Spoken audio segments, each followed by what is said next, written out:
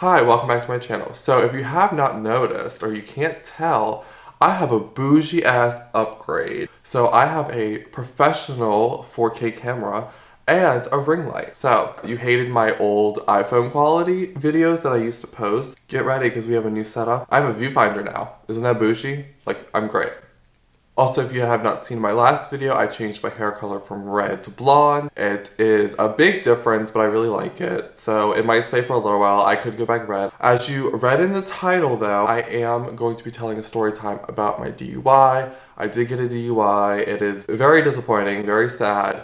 Not a funny topic, but I believe in my life and always on this channel that you should laugh at everything, even if it's your stupid fucking mistakes. So we're going to laugh at my mistake and we're going to laugh at my sad, unfortunate events that happened to me. Start with that. Also, in true South fashion, this is a DUI story time, so I am going to be drinking while I do this story time. I don't need any judgment in the comments. If you do, I don't really give a fuck though. So, as one might know, a lot of my story times happen from going to the brown door. This was actually another event that happened at the brown door. Very shocking. 3 of my story times have been at the brown door. Maybe I should stop going, but I love the bar too much to stop. So I was going on a Tuesday, like most times, to the brown door with a couple of my friends, and we were just gonna go have a good time. It was one of the friends' birthdays that I was going, and I drove there by myself, but they drove there separately. So it was a typical night. You go into the bar, we drank, we had fun, we did all the things that we wanted to do. I had just turned 21. I just turned 21 in January, and this was actually January the 22nd. So it was very little after I turned 21 and I was celebrating my birthday to the fullest because I just wanted to celebrate my birthday for a full month because it was a big deal for me. I've been kicked out of a lot of bars. I've been banned from a lot of bars. So I was very excited to drink legally. So this night I was actually drinking, but I was also drinking a lot of water. Like, I drank a drink and then I would drink water. I did that because I was told that you would feel less drunk and you could last through the night more if you just kept drinking, got really drunk and disgusting, because I knew that I was going to drive home. I do not recommend driving drunk. I do not endorse it. This is not what this video is about. This is a video about my experience and what I had to go through. So, with all the negative comments that I know I'm gonna get probably in this video, and the negative backlash that I'm gonna get from this video, I get. But I was going to drive home, so therefore I did that technique to seem less drunk. I know now, it was a very stupid decision. I was 21, living my birthday to the fullest. I don't need to hear it. All right, next. So it was around 1 in the morning and I was going to leave. So usually when I leave, I get in the car and I drive the opposite direction and I could just get on the interstate and get home. And there's not that many cops or chances to get pulled over. And I've driven drunk before, not proud of it. I have done it. And that is usually how I go. So the night is over and I'm going to get my car and leave. So my friend had came out and she had asked if I wanted to go to a Waffle House and eat. And it was like 2 minutes away. Meanwhile, I live in Louisiana, this is in Hammond and it's on a southeastern near campus, and I was driving towards southeastern at the time. Now, not thinking southeastern police are really everywhere and they do wait for teenagers to leave the bar or underage kids to leave the bar and catch them. I was not thinking of that properly because I didn't think I was gonna get pulled over because I did not feel that drunk. So I said, sure, it's like 2 minutes away. I'll go get more sober because I'm eating, then I will drive home. Well, bitch, that was not the case at all. So I get into the car, I'm following 2 of my friends, but neither of them were drinking. My first friend wasn't drinking, my second friend was driving her friend who was intoxicated, but she had like 1 drink and they were driving in front of me. I was the last one in the back. So this is when the story happens. I am driving and I feel like I'm doing a really good job. I'm not going crazy or swerving anywhere or doing any of that. I just feel like I'm doing a pretty good job, and that's it. Not even 2 minutes of me driving and I see cop light. I see him. And immediately I think, fuck, because I had been drinking and also I had a drink in the car that before I had left, I had gotten a new drink to drink on the way there because, you know, I wanted to drink. I knew I was screwed because I had a drink in the car and I was intoxicated. So I already knew that I was in trouble. As I got pulled over, my friends had went before me and just left. After that, they told me like, hey, we were gonna come get you, but we couldn't. So I just pulled over and I got pulled over. The cop came to me and asked me if I had been drinking. I told him yes. I told him I had approximately like 6 things to drink. and that done me in. I was trying to sound very sober, could not. So they pulled me out the car. It was freezing this night, like so cold. Told me I was drunk. So they put me in the back of the cop car and they brought me to this little station. It was like a holding cell. So when I was there, they told me my charges. They told me why I got pulled over. I got pulled over for apparently swerving. They put on the report that I was in the wrong lane, but I don't think I was. They also put that my other charge was I was following too close to my friend or the other car, which that's why I was like, I don't think I was driving in the wrong lane, because how was I driving in the wrong lane but also following close to my friend? But to be the point, I was doing one or the other. So I was swerved, my taillight was out, all this kind of shit. I was busted. I was gone for in the first 5 seconds of them telling me. So I was fine. Also, I was sitting there and I was letting the alcohol seep into my veins, so I was even getting drunker. What happened next? I blew into the tube where they check your breathalyzer. I took the breathalyzer test. If anyone wants to know, I blew very, very high. So it was not good for me either. But again, I know it's not an excuse, but I did not feel that drunk when I went to put it in my car. What happened next is you do the test. They flash a flashlight in your eye and they make you look at a pen and then go like this. Second thing was they make you walk in the straight line. I did not do the thing where you say the alphabet backwards. I couldn't do that sober. I'm pretty sure I failed all the tests or I passed for being drunk. Whatever. So after this, they tell me everything. They put me in this holding cell. I fall asleep on the bench, which the bench was this big. They told me what was gonna happen and I was freaking out a little bit because I was like, am I gonna get arrested? I'm so drunk, blah. And they were like, yes, basically you're getting arrested. Well, meanwhile, as the guys ask me questions, because he's asking me like, what do I do? Am I a student at the campus? Do I have tattoos? Well, I showed the guy my tattoo because I had recently just got a tattoo as well. And I showed him the tattoo. He was like, oh, cool, man. Like, I am looking to get a new tattoo as well, and blah, blah, blah. And I was like, wow, okay. These guys are nice enough. Maybe I'm not going to get arrested and they're just gonna let me go with a warning. Knowing my luck, that was definitely not the case. They tell me that I'm going to get arrested. So I get up and they put my hands behind my back. Let me tell you, those things are not comfortable in the slightest. So please don't ever get arrested. It sucks. So as I was in the back of the cop car, getting drove to the jail, it was probably the most uncomfortable experience of my life. I was in handcuffs behind my back. I'm 6'4", and the back of a cop car is this fucking big. Tiny. I'm like,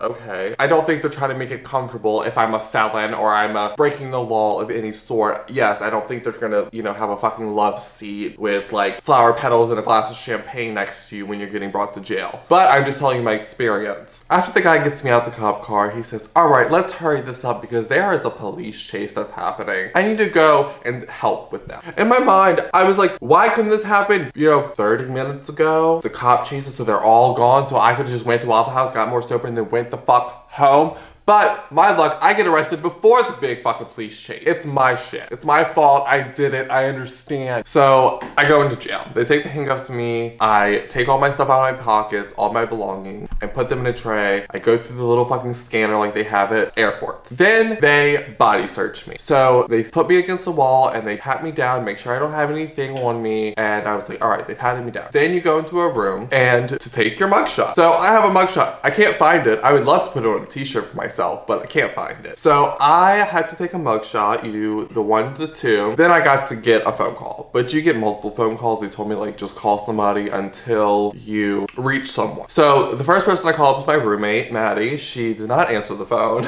but it's okay because it was like 2:30 in the morning. Second person I called was my mom. She also did not answer the phone, but it's okay. Then I called my boyfriend. He also didn't answer the phone, but then I later found out that he did, in fact, woke up to the phone call, saw that it was from the Hammond place, and declined it. So that worked out in my favor. So the fourth person that I called was my boss. And let me tell you, telling your boss that you got arrested for a DUI at 2:30 in the morning before you had to work the next day at 12 o'clock was probably not the ideal thing to do as an employee. But my boss is very understanding. We're all hairdressers. We're all fucked up. We all know this. So basically, he came and got me.